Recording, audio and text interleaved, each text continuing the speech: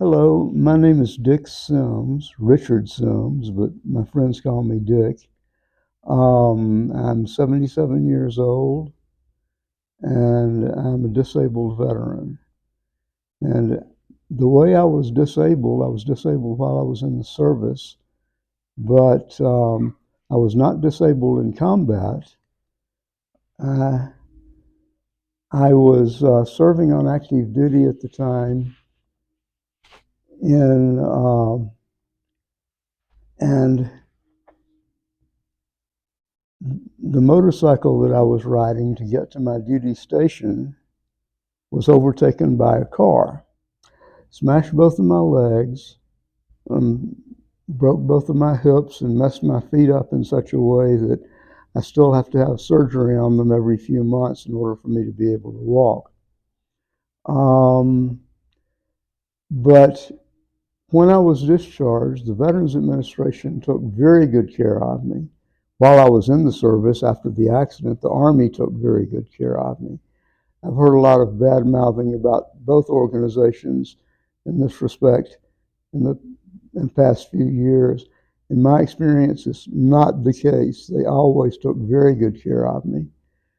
Um, and the Veterans Administration, after I was discharged, would call me back to the Veterans Hospital, Veterans Administration Hospital, that was comfortable for them, and give me a thorough physical examination, keep me in the hospital for like a week, and give me a thorough physical examination because I was so badly busted up originally. Um, and I think about, in 1971, I was instructed in transcendental meditation. And after I was instructed, of course, the Veterans Administration kept up their usual practice of calling me up 2 or 3 times a year to give me a physical examination. And it just happened that about 3 months after I was instructed in TM, the Veterans Administration just spontaneously called me up for a physical examination. And when I went in, they did their usual schedule of tests, and that was always finished off by an EEG, electroencephalogram.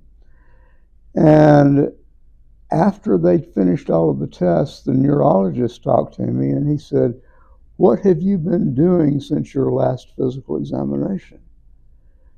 And I said, "Well, I was instructed a few weeks ago in this transcendental meditation technique." And this crusty old doctor, he says, "I have no idea what that is." He said, "But whatever it is, don't stop doing it." He said that the transition from my previous physical examinations to that physical examination, which was just about, I think it was 3 months after my instruction in TM, he said the transition was just remarkable. That he said, "Don't stop doing TM." And of course, since that time, I've tried very hard to follow the doctor's advice. But I was not going to stop doing TM anyway because I liked it too much. I was instructed in TM in November 1971, and as I say, after that, it was just wonderful. The whole experience of TM was wonderful to me. But as it happened, I decided to become a teacher and go to teacher training. And before I made that decision, though, it happened that the local TM Center chairman said that Maharishi was coming to Atlanta, Georgia to speak. And of course, I lived in Chattanooga, Tennessee, which is just about 100 miles from Atlanta. And so we all drove down to Atlanta to see Maharishi. And we decided that we were going to meet him at the airport. And of course, we didn't have any idea what flight he was coming in on or uh, anything about his arrival. We just knew that he was coming in at approximately a specific time into the Atlanta airport. And for those of you who are familiar with it, the Atlanta airport is a huge thing. And so we were running around the Atlanta airport frantic, saying, "Where's Maharishi? Where's Maharishi?" And the group of us turned a corner and we saw Maharishi walking gracefully up the aisle towards us, lined on each side with people holding bouquets of flowers in their hands, and everybody handing Maharishi a flower. And Maharishi just gracefully taking a flower from each person and smiling and saying, "Jai Gurudev." And he came to me. Somebody had given me a flower to give to Maharishi. And I held the flower out to Maharishi, and I was just absolutely dumbstruck. I couldn't say a thing. I could hardly think. I was just so overwhelmed by the presence of Maharishi. And Maharishi just took the flower from my hand and looked me in the eye, and he said, "Jai Gurudev." And and then he walked on past me and out the door to the parking lot. And I was just so overwhelmed at the time. I was just frozen in place. And then I realized that this man, I was ready at that point to devote my life to Maharishi. And this man had just walked out the door and I let him go. So I went running after him. And of course, as you probably know, Mike, I'm kind of a little guy, short guy. And there was this huge mob of people crowding around this car. Maharishi was sitting in the car, and I was jumping up and down, trying to see Maharishi. And then the driver closed the trunk of the car and walked around and opened up the driver's side and got into the car. And at this point, this mob of people backed up when they saw the driver get into the car. And at that point, I dove over this crowd of people and landed on my knees by Maharishi's window. And I had always, just to be in his presence. And I couldn't think of what to say. And finally I said, "Maharishi, what should I do with my life?" And he smiled and he said, "What is this?" And he said,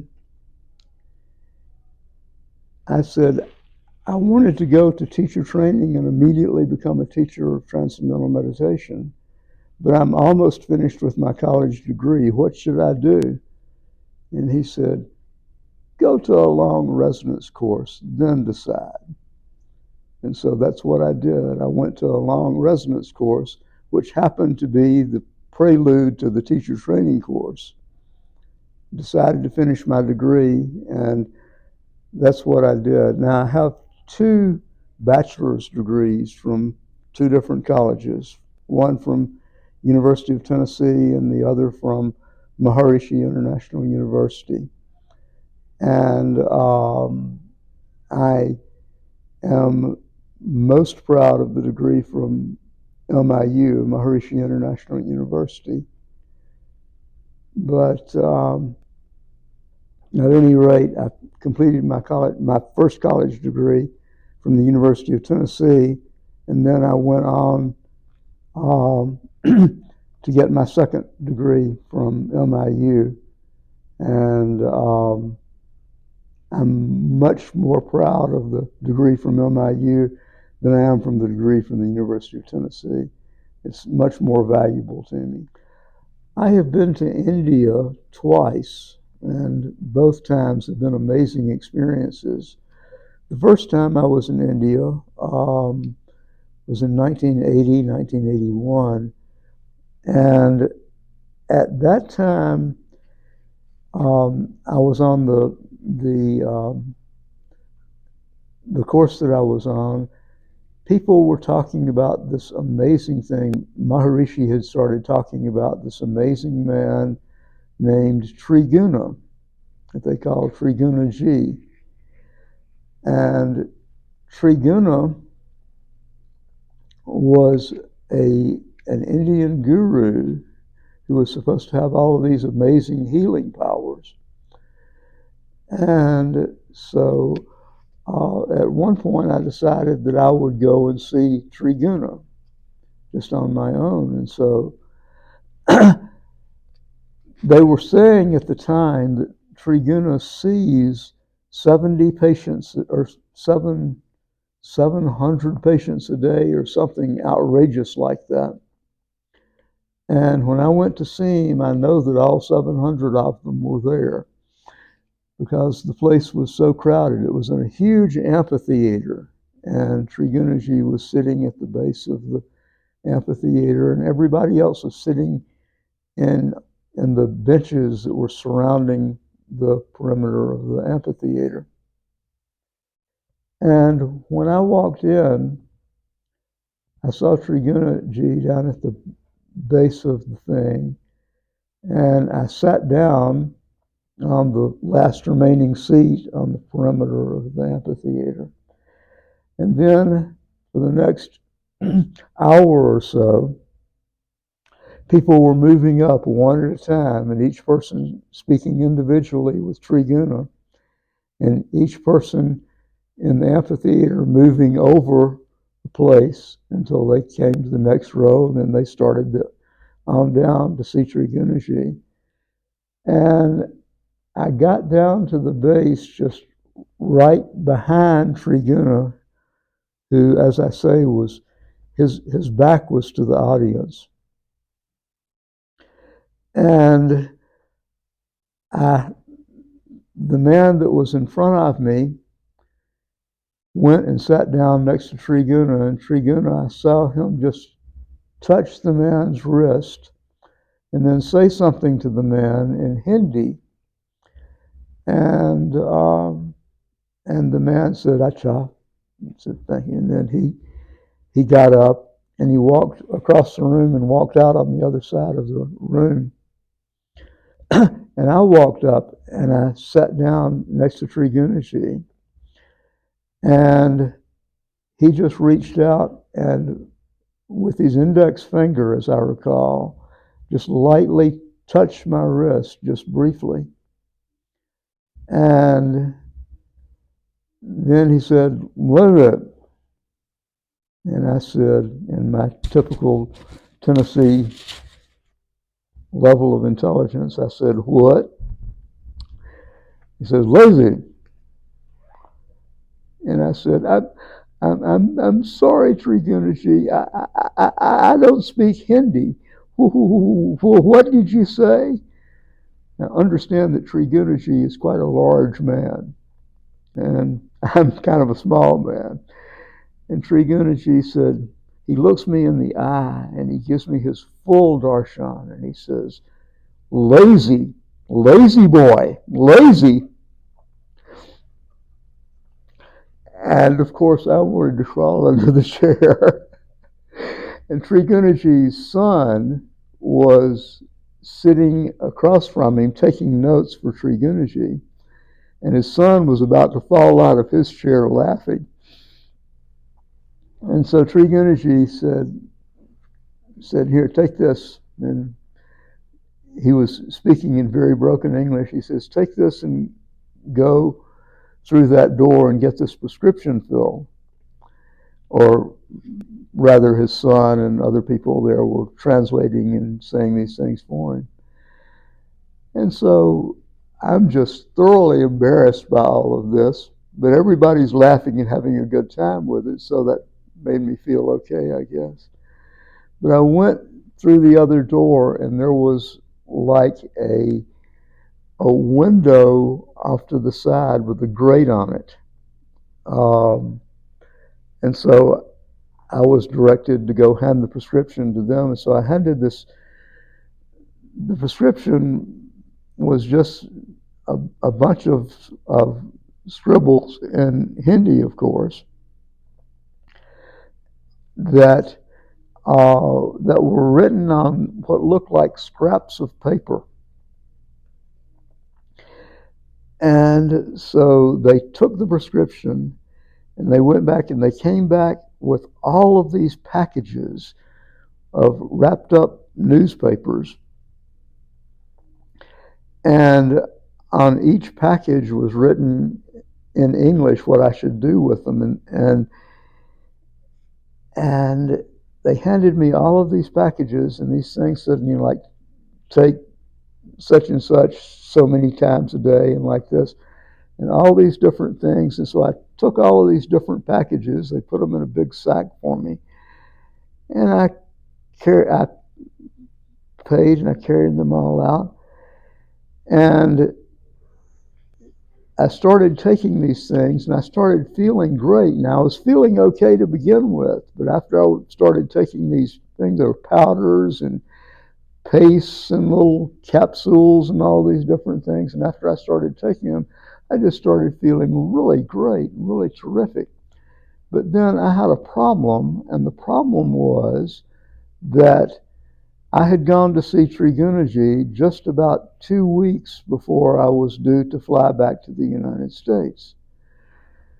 And so I didn't even realize this until I was packing, and I had to pack all of these little powders and pastes and liquids and all of this stuff all wrapped up in scraps of newspaper. And I had to get these things through customs. Now, I was flying from India through Amsterdam to the United States. And when I got to Amsterdam, they took all my bags off the plane and opened the bags, and they were looking at this customs official was pointing at this stuff, and he says, "What is this?" And I said, "This is Ayurvedic medicine from India." Gets all flustered, and he said, he calls over his, what I think was his supervisor, and the supervisor came over and he looks at and he says, "What is this?" And I said, "This is Ayurvedic medicine from India." And so this guy gets all flustered. And he goes over to his desk and he picks up his telephone. And in a few minutes, this guy came down dressed in a three-piece suit, very official looking, but he was very friendly.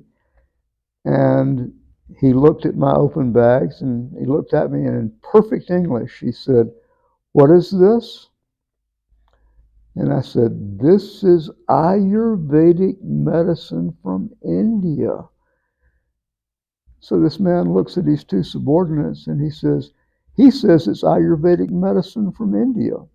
It's Ayurvedic medicine from India. And he waved me on through. And then, curiously enough, when I got back to the United States, I went through customs and they didn't even open my bags. Yes, my father was a federal law enforcement officer. Now, that sounds a lot heavier than it actually was. He worked with the U.S. Postal Inspection Service. And the Postal Inspection Service, its primary job, of course, is to secure the mail, the U.S. mails, and all of this. And I don't think it's well known that originally the Postal Inspection Service was the first federal law enforcement agency. And they handled everything, like all of the things that the FBI handles today were handled by the Postal Inspection Service. So this was back before my father's time, of course. This was back in the 20s and in that era. But my father became the chief inspector for the southern region of the U.S. Postal Inspection Service. And he was quite an amazing man. Now, he's the one that can tell stories. And he has told wonderful stories, kept us all captivated at the time. But one personal story that at one point, one of my father's co-workers was visiting our family, came for supper or something like that. And the co-worker and my father and the family were all sitting around talking basically about his work. And the co-worker was saying that they had recently acquired these things that were very useful, paraffin bullets, that when you fired the gun, the paraffin, of course, the wax would melt, and it was like firing a blank. It would just hit and would not cause any damage. And so the coworker said, "Oh, I've got some of these out in my car. Let me go get them." And he brought them in and loaded up his revolver. And he said, "See, you can use this. You can practice your quick draw in front of a mirror." He had this big mirror like this. And so he practiced his quick draw, and the mirror just shattered. And the reason was because the paraffin bullets had been out in the cold car all of this time and did not have enough time to melt to the consistency where it would actually splatter like it was supposed to do. But my father taught me a great respect for guns. He kept his own revolver in the top drawer of his dresser. And it was just something that neither I nor my two brothers, we never went in there. We would never go to disrespect my father to be examining the dresser or anything like that. And so the gun was safe in there. But at this time with my father's friend, my father's friend handed me a revolver. I think it was something like a 38 snub-nosed or something like that. But at any rate, he said, let me show you how to do this. And so I held up the revolver like I had seen on TV. You hold up the revolver and then you lower the revolver and fire it. And my father and this man said, "No, don't do that. Never flourish the gun. You raise the gun up and fire the gun."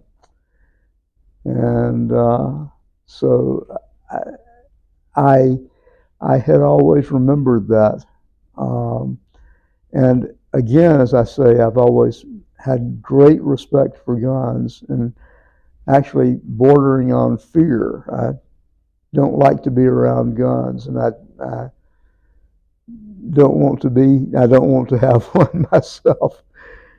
But after my teacher training course, I came back here to MIU, to Maharishi International University, to study. And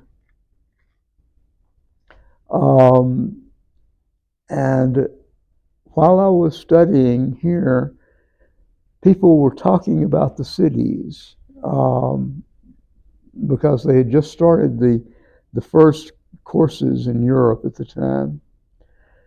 And I was very interested.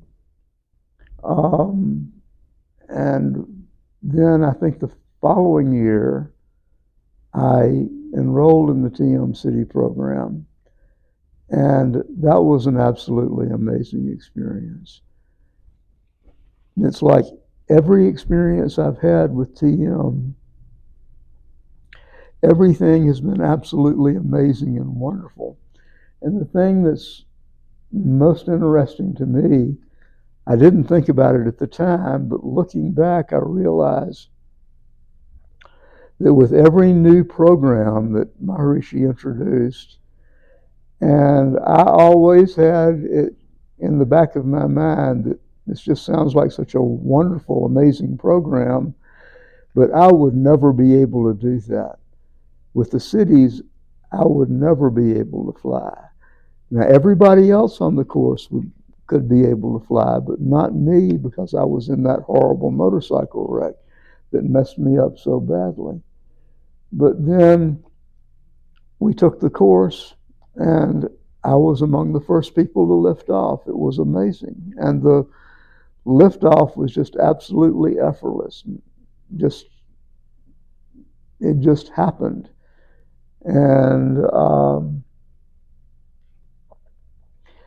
And with every course that I've been involved in with TM, it's been like that.